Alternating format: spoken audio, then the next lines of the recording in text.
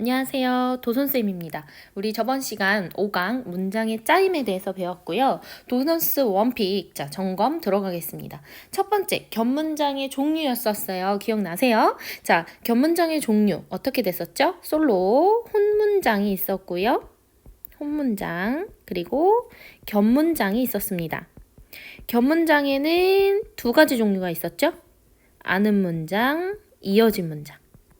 이렇게 있었습니다. 그쵸? 그리고 아는 문장이 여러 가지 절을 아는 문장이 있었고 이어진 문장에는 뭐 있었죠? 종속적으로 이어진 문장, 대등적으로 이어진 문장 이렇게 있었습니다. 기억하시나요? 자, 그러면 2번부터 우리 선생님이 그냥 여기다가 바로 해볼게요.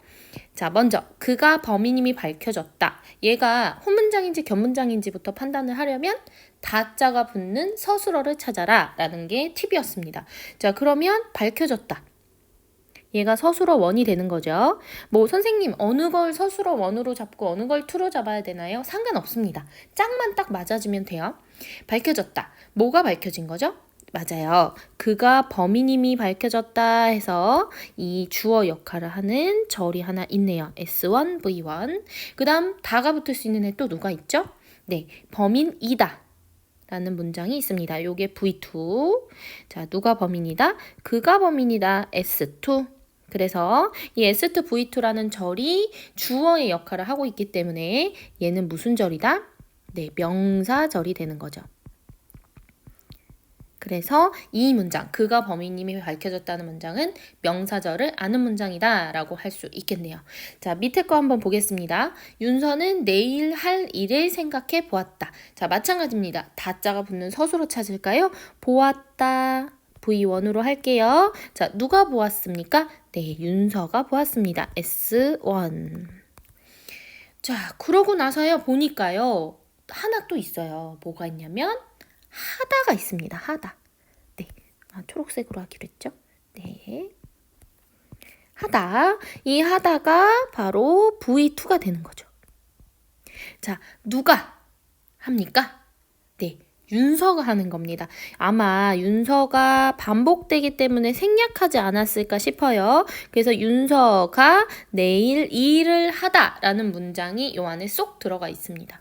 이 윤서가 내일 일을 하다라는 문장이 하는 역할은 뭘까요? 일을 꾸며주고 있습니다. 그죠? 일. 품사가 뭐죠? 네, 명사입니다. 채꾸네요. 채꾸면 무슨 절? 그렇죠. 관형절이 되겠네요. 그래서 이 문장은 관형절을 아는 문장이 되겠습니다. 그 다음 습기가 비가 와서 많다입니다. 자, 마찬가지입니다. 다자로 끝나는 애 찾아볼까요? 많다. V1.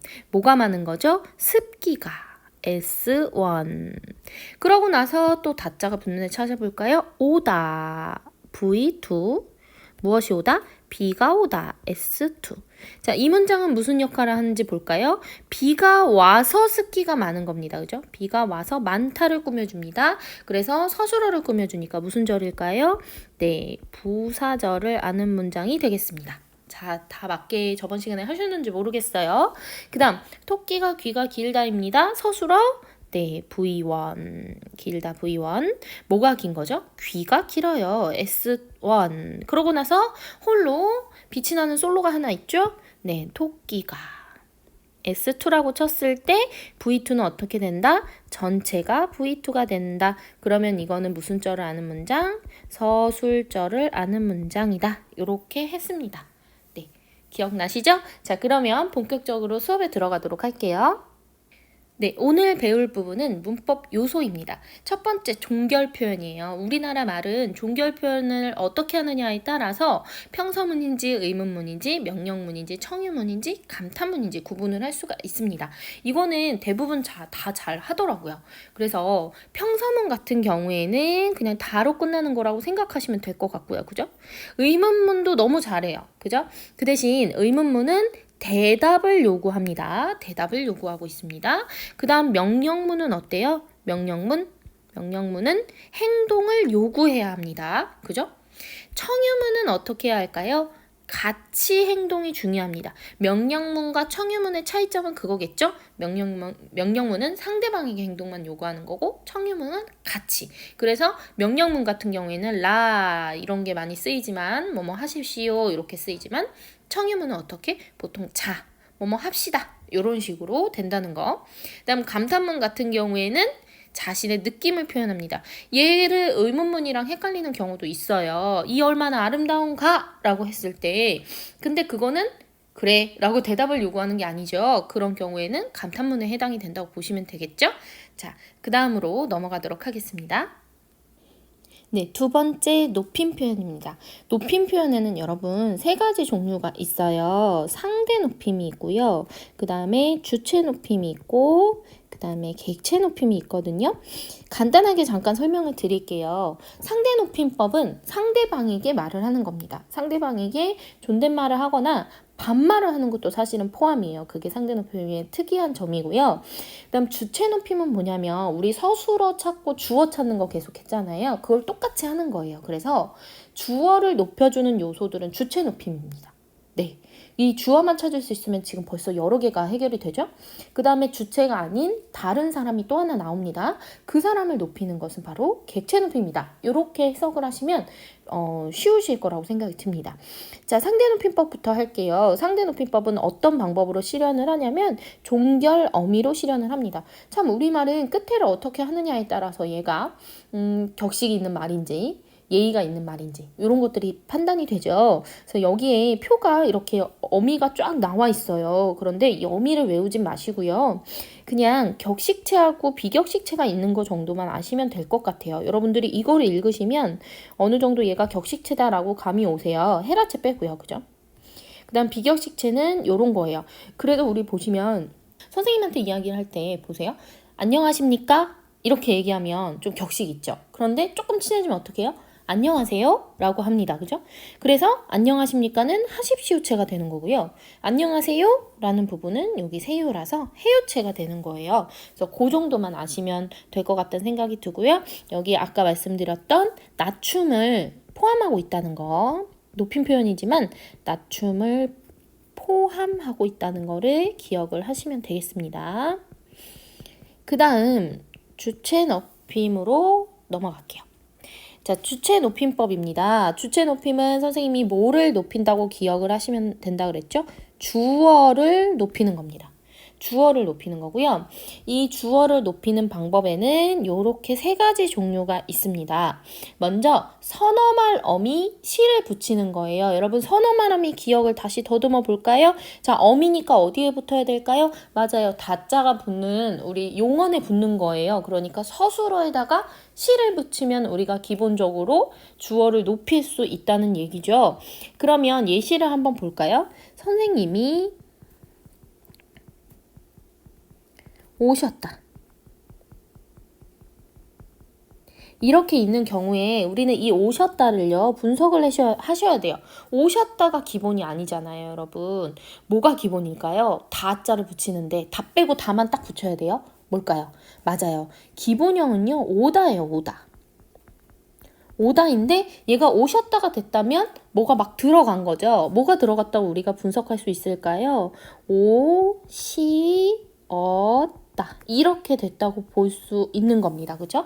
그러면 우리가 엇은 기억나시죠? 선어말 어미였었어요. 선어말 어미 두 개 올 수 있어요, 선생님? 네, 올 수 있습니다. 그래서 이 엇은 무슨 선어말 어미일까요? 그렇죠. 과거 시제 선어말 어미였었고요. 이 시가 바로 선생님을 꾸며주는, 주어인 선생님을 꾸며주는 주체 높임을 해주는 역할을 하는 선어말 어미는 거죠. 요렇게요. 네, 이해가 되실까요? 자, 그래서 선어말 어미 시를 붙이면 우리 웬만하면 주어 다 높여지고요. 그 다음 여기에 더 높이고 싶어요. 그러면 어떻게 하면 될까요? 선생님 깨서라고 해주면 되겠죠? 주어 자리에다가 깨서를 붙이니까 당연히 얘는 주격조사예요. 그죠? 그리고 특수한 어휘로 올리는 경우가 있습니다. 특수한 어휘로 어떤 것들이 있냐면 우리 계시다 같은 경우에는 아예 서술어 자체가 높여버리죠. 그 다음에 주무시다. 이런 단어들이 우리나라에 있어요. 외국 분들께서 우리나라 그 국어를 공부할 때 좀 어려워하시는 분들이 이런 부분이라고 얘기를 하시더라고요. 그죠? 그 다음에 이런 단어들로 높이는 경우도 있습니다. 댁, 진지 이런 말들을 쓰면 우리가 높여져요. 그래서 특수한 어휘들은 대부분 잘 하시더라고요. 우리 친구들이. 자, 그 다음 객체 높임으로 넘어가 볼게요. 객체 높임입니다. 객체 높임에서는 여러분들 뭘 기억하면 될까요? 아까는 주어를 높였죠? 근데 객체 높임은 주어가 아닌 사람을 높인다라고 기억을 하시면 됩니다. 자, 그러면 예시를 하나 볼까요? 형은 부모님께 선물을, 착한 형이네요. 그죠? 선물을 드렸다. 네, 이렇게 있습니다. 이렇게 있을 경우에 주어가 누굽니까? 드렸다의 주어. 누가 드린 거죠? 형이 준 거예요. 그죠? 형이 드린 거예요. 그러니까 주체 높임은 지금 안 하고 있는 상황이고요. 여기서 드리다. 얘 기본형, 드렸다의 기본형은 드리다겠죠, 여러분? 드리다. 이 드리다라는 문장은, 이 서술어는 누구를 높이기 위한 거죠? 네, 부모님을 높이기 위한 거예요. 그래서 이 드리다 같은 경우에는 객체 높임용 특수한 어휘가 되는 거고요. 부모님께 하고 높였어요. 부모님께 드린 거니까 얘는 부사격 조사죠. 아까는 주어에 붙었으니까 주격 조사지만 지금은 부사어에 붙었기 때문에 얘는 부사격 조사 깨를 붙이면 객체 높임이 실현이 되고요. 그 다음에 얘는 시를 붙이면 안 돼요. 시는 주체 높임을 위한 그 용도고요. 여기서는 드리다라는 특수한 어휘를 썼다. 이렇게 보시면 되겠어요. 드리다나 아니면 또 뭐가 있냐면 모시다. 이런 것들. 이런 것들로 우리가 객체 높임을 실현할 수 있습니다. 문장에 따라서 주체 높임만 하는 경우도 있고 주체 높임도 하고 객체 높임도 하는 경우도 있어요. 그래서 문장을 그때그때 여러분들이 분석만 하실 수 있는데 그 문장을 분석하는 팁은 뭐라고요? 서술어와 주어를 찾으시면 되겠습니다. 세 번째 시간 표현이에요. 안 할 겁니다. 네, 한국 사람은 다 잘해요. 이거는 정말 잘해요. 왜 이렇게 잘하나 싶을 정도로 뭐 과거인지 현재인지 미래인지 뭐 막 썼어 막 이래도 다 잘 알기 때문에 시간 표현은 선생님이 나중에 문제로만 여러분하고 같이 이야기하도록 할게요. 오늘의 주인공은요, 사실 4번 피동 표현하고 5번 사동 표현이에요. 뭔가 올 것이 왔거든요. 이 피동 표현은 뭐라고 생각하시면 되냐면 당할 피자예요. 그래서 이렇게 할게요. 주어가 어떤 일을 당하는 것. 이렇게 설명을 하겠습니다. 주어가 당하는 것이에요. 당하지 않고 자기 스스로 하는 거는 피동의 반대말은 능동입니다. 피동의 반대말은 능동이에요. 네. 그래서 이 피동문을 만드는 방법에는 총 3가지가 있습니다. 피동 전미사 이힐이기를 붙인다라고 돼 있어요. 전미사는 다음 시간에 할 건데요, 여러분. 피동사를 만드는 거라고 생각하시면 돼요. 어떤 단어를 만드는 거예요. 그 단어를 만드는데 이힐이기라는 접사를 붙여서 어떤 단어를 만드는 겁니다. 그 다음 되다를 붙이거나 아니면 아지다, 어지다를 붙이거나 뭐뭐 하게 되다 이렇게 붙이면 바로 피동 표현이 만들어진다는 얘기거든요. 그러면 한번 해보죠, 뭐. 자, 친구의 신발 끈이 풀어졌다입니다. 이것도요, 여러분, 주어만 찾으면 어렵지 않아요. 뭐냐면 풀어졌다가 서술어잖아요. 이거의 주어는 뭐예요? 친구라 그러시면 안 돼요. 친구 안 돼요. 뭐가 풀어진 거죠? 신발끈이 풀어진 거예요. 신발끈이 나 풀릴 거야 이러면서 막 풀지 못하죠. 얘는 친구에 의해서 풀어진 거예요. 그렇죠? 그래서 주어가 당한 바로 피동문이 되는 거죠.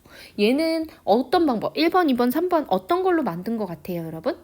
맞아요. 풀다가 기본형이니까요. 풀다 기본형에다가 지금 어지다를 붙인 거예요. 그죠? 어지다를 붙인 3번을 이용해서 만든 피동문이다 라고 보시면 되겠습니다. 우리 그러면요, 얘를요 능동문으로 바꿔봅시다. 어떻게 할까요? 누가 풀어야 되나요? 그렇죠. 주어가 어떻게 돼야 되죠? 친구가 어떻게? 신발끈을 풀었다. 문제집 같은 데서 보시면 뭐 그 주어가 목적어가 되고 막 이렇게 막 설명을 해놨어요. 근데 여러분 주어와 서술어만 정확하게 찾으시면은 능동으로 만드는 거는 다 잘해요. 네, 한번 해보시면 되겠어요. 그래서 요게 피동 표현입니다. 뭐 하나만 더 할까요? 좀 아쉬우니까. 지렁이가 불쌍한 지렁이가 닭에게 먹힙니다. 이렇게 있어요. 그러면 마찬가지입니다. 서술어 찾으세요. 먹힌다. 누가? 지렁이가. 그죠? 지렁이가 먹혔어요. 그러니까 지렁이가 당한 거 맞죠? 네. 얘는 어떤 방법으로 만들었을까요? 먹다가 기본형이니까 먹다에다가 히에다가 니은 이렇게 붙은 거죠. 이 히는 몇 번으로 만든 걸까요? 맞아요. 1번 방법으로 만든 거예요. 히라는 접미사를 붙여서 먹히다 라는 거에서 현재 시제 선어 말음이 니은을 붙인 거거든요. 이게 현재 시제. 그래서 먹힌다. 1번 방법으로 만든 겁니다. 마찬가지로 능동으로 한번 바꿔볼까요? 그럼 어떻게 할까요? 그쵸. 닭이 지렁이를 먹는다. 요렇게 하면은 능동으로 바꾸는 게 되겠죠. 여러분 피동 표현 되셨을까요? 자, 그러면 사동 표현으로 넘어가도록 하겠습니다.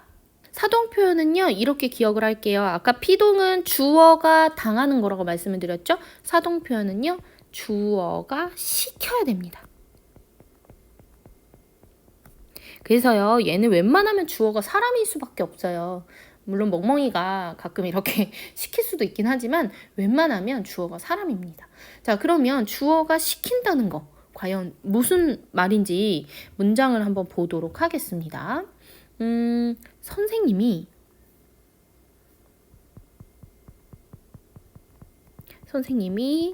학생에게 책을 읽힌다. 이렇게 있어요.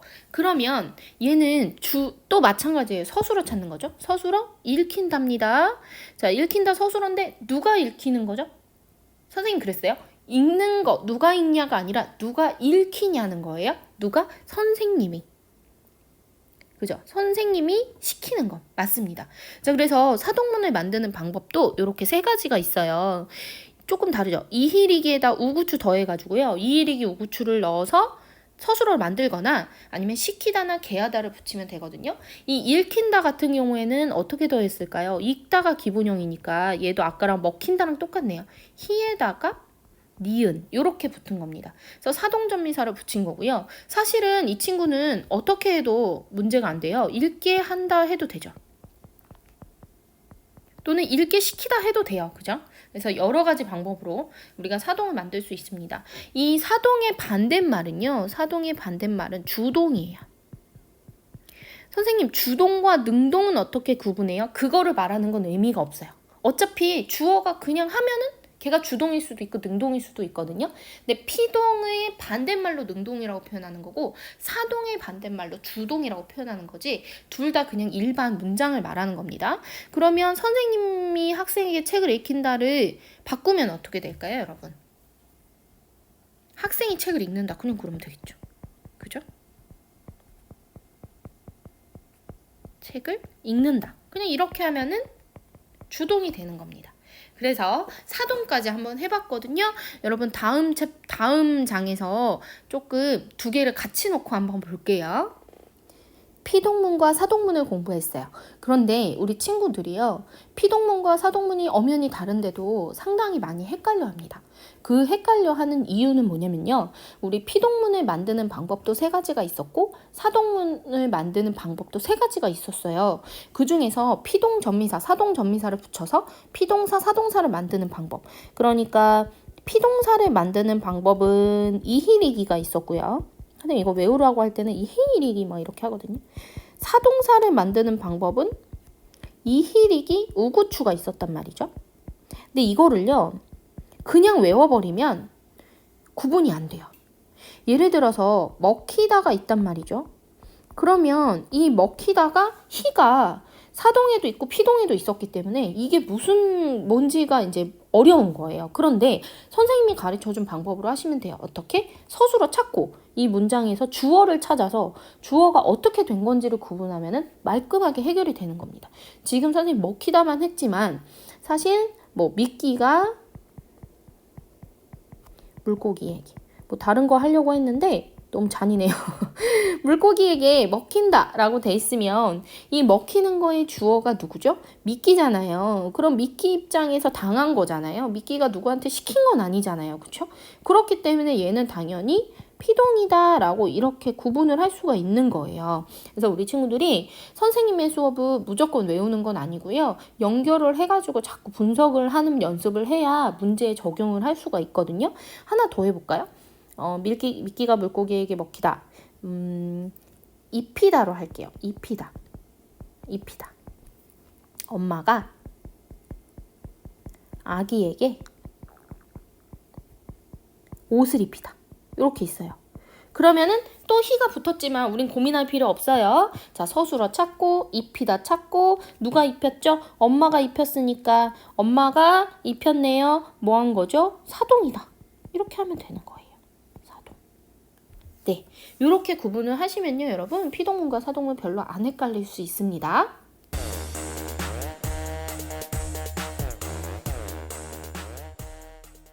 오늘의 도손스 원픽입니다. 오늘 좀 어려운 걸 했어요. 많이 좀 헷갈리는 문장을 했을 때 헷갈리는 걸 많이 했는데요. 여러분들 혼자 다지는 시간 꼭 가지시길 바랄게요. 자, 높임표 3가지가 있었어요. 3가지. 주체, 객체, 상대. 각각의 방법을 조금 외우시는 게 나으실 거예요. 그 다음 피동 표현과 사동 표현의 각각의 뜻 있었습니다. 그 다음 선생님이 숙제를 주는 거죠. 종이가 구겨졌다고요. 엄마가 동생을 씻겼다가 있어요. 얘가 피동문인지 사동문인지 구분을 하시고요. 피동이면 능동으로 한번 바꿔보시고 사동이면 주동으로 한번 바꿔보시는 활동을 오늘 하시면 되겠습니다.